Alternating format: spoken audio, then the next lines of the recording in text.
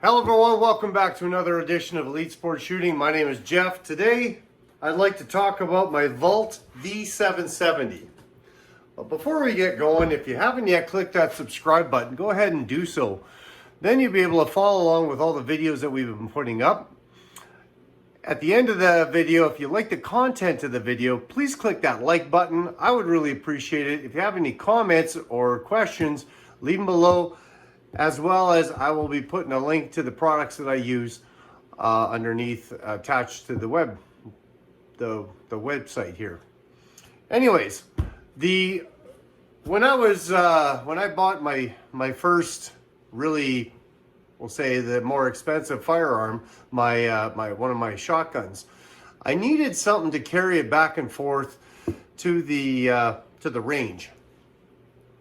Now I wanted to make sure that it wasn't bouncing around in my truck. I did have a blanket for it that I was using for a little while, and the blanket, like it was a horse blanket, like a thicker wool blanket, and I thought that was really good, but I didn't think that was as safe. So what I ended up looking for is a hard case for my long gun, and it's actually pretty sharp. It has 4 locking tabs, so 1, 2, 3, 4. It's fairly sturdy. I've set stuff on it, I've dropped it by accident a few times, not with firearms in it, but the overall length, I do have my tape measure, the overall length from end to end is 51.5 inches, and if we're going inside to inside, it's 50.5 inches. The width is 11.5 inches, and the height open is 5.5 inches, and closed with the case closed, it's 7 inches. So it's good, it's durable, it has 4 tabs where you could actually, here, I'll just put it up on its side. You can actually put locks in here, master locks that are a little bit bigger. I wouldn't suggest putting action locks in here because you could still get it open enough where you could take the firearm out. So if I was going to suggest anything, the master locks. These master locks are not long enough. They don't lock in here. So you make sure that when you get a lock, it's just a little bit longer. It's got a longer rise to it right in here. So something this is about 1.5 inches. Maybe if you could find something that's 2 inches, fit in there perfectly. I usually put 2 shotguns in here when I take them to the range. As always, when I pick up any firearm, I'm going to prove that it's safe. I'll leave the action open so I can actually put the shotgun in here on its side. Here, I'll just kind of move this to where you can actually see it a little bit better. And I do have an SKS, and I can put it in here on its side, kind of like in a one pointing one direction and one the other. So the overall length of the Benelli Supernova is 50 inches, so it fits barely in there.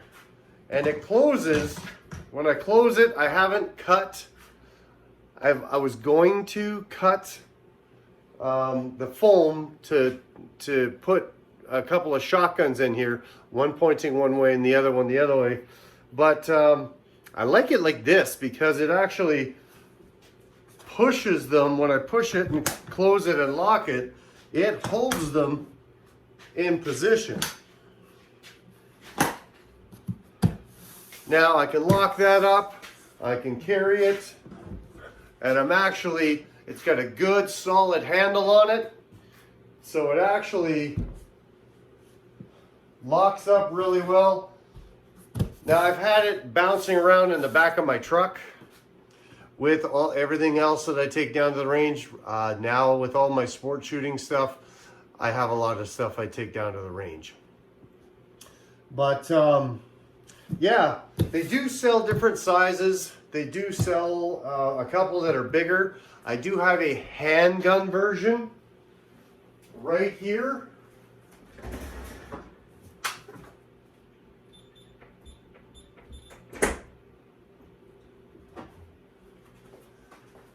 So I do have a handgun version of this. And as always, I will make sure that the handgun is safe. So I got the V300 here for a handgun, and it's pretty much the same thing, just a lot smaller. So, and I can put probably 2 handguns in here, perhaps even 3 with all my magazines. I usually carry my ammunition separately in a locked container, and that's just a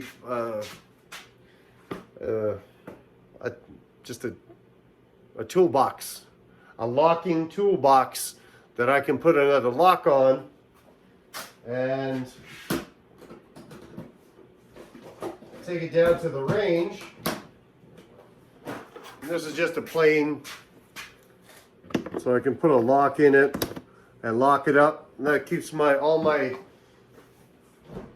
ammunition and all the other stuff that I bring down. I bring down, you know, the odd small little tools and stuff like that if I ever have a problem. There are problems that do arise at the firing range, and it's nice to have, instead of just a call or a day when you have a problem, I like to be able to fix things if I have an issue. The last 2 times that I've had issues down there, I had very few tools, and I forgot them on my workbench in my shop where I do all of my cleaning and where I tear down all the firearms to clean them, and when I have issues, I like to fix them here. But sometimes you can, you know, just need a couple of things down at the range. So it's just being prepared. So anyways, that's it for me.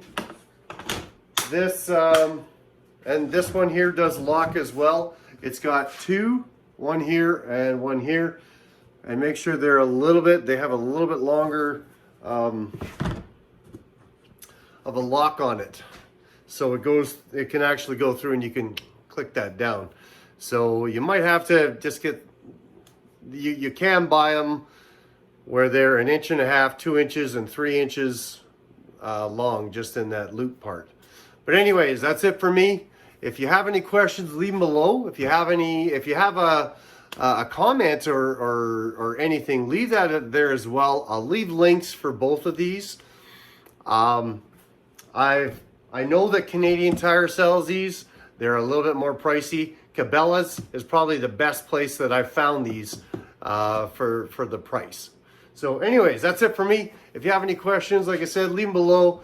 If you haven't yet clicked that like button, go ahead and click that. If you like the content of this video, I really appreciate it. So thank you very much for joining me, and always remember to keep both eyes on your target. Thank you, everyone.